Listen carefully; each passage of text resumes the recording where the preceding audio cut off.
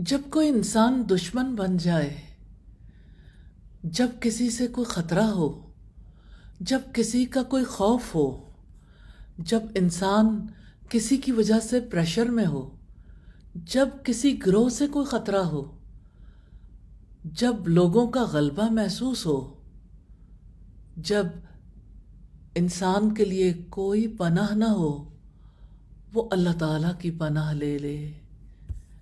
سیدنا ابو موسیٰ اشعری رضی اللہ تعالیٰ عنہ سے روایت ہے کہ نبی صلی اللہ علیہ وسلم جب دشمن سے لڑائی کا خطرہ محسوس کرتے تو فرماتے، اللہم انا نجعلک فی نحورہم ونعوذ بک من شرورہم۔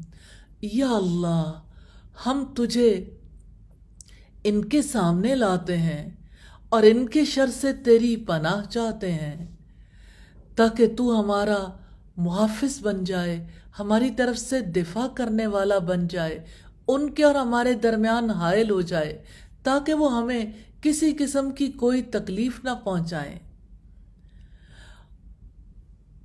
آپ کے سوا کون ہے جو ان کے شر سے ہمیں بچا سکتا ہو، اور ان کے کسی بھی کام سے اور ان کے کسی بھی سٹیپ سے جو وہ ہمارے خلاف اٹھائیں؟